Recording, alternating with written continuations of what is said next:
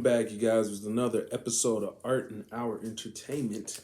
And I finally finished this, man. There's been a lot of comics that have been coming to me, and I have not been able to read all of the ones that, I even started. So I've been just getting more laser focused on reading the comics and jumping on here and doing some reviews. Finally got to this.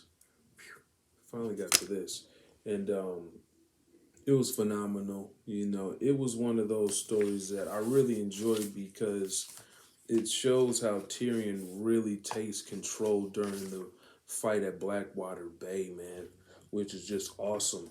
The wildfire, and it also shows Sir Davos, it and it shows Stannis, you know, the thoughts of it shows the thoughts of Davos, which was awesome.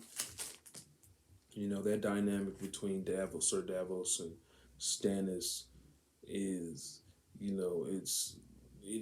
it's a lord and his hand in a way. You know what I'm saying? That's what they would have been, and there was always a respect between them, which I thought was pretty dope. And their stories, their friendship. I mean, yeah, their situation becomes a friendship through the story, and it's really good, man. I hope I hope they just keep it up, man, because this was a really good comic. It was a really good comic. But yeah, just to bring it back around, I like how Tyrion was able to really show, what I'm saying, his leadership ability, his strength, his courage, his belief in himself, and taking control of the situation. There was during the Battle of the Blackwater Bay, Stannis' forces make it on the shore. So there's all this ship battling and ships blowing up and people are washed ashore, and then the battle commences on land. And so I thought it was really dope that you seen that, and you see that Tyrion took complete command of it. At the time, the Hound, who is the mightiest knight of what I'm saying, of King Joffrey, Joffrey's court, and he leaves, and Joffrey is the king. And he's nowhere to be found as far as being useful, and yeah, man. Tyrion knows this, and in the back of his head, he knows that odds are not in the favor of his men on the field. They're gonna break. They're gonna break, and they're gonna take flight. So he knows that he needs to get his strategy and everything in order to keep the morale high, so they can fight off Stannis's horde. His army.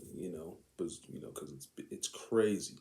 This is actually one of the more awesome parts of the storytelling in Game of Thrones in the book. For me, like it's phenomenal, and yeah, man, it was a really good one. It was a really good book. I mean, I always keep calling these comic books, and we keep going through this. I keep doing this, but whatever. This comic is pretty good, and I'm gonna try to collect these in physical form, as many as I can. I don't know. Honestly, I thought there was only I thought there was only like 16 of them. 16 of these, and I'm gonna oh yeah. I'm gonna put out another video that I got. I'm gonna talk about another another Game of Thrones comic book that I just got. So jump over to my next video about that.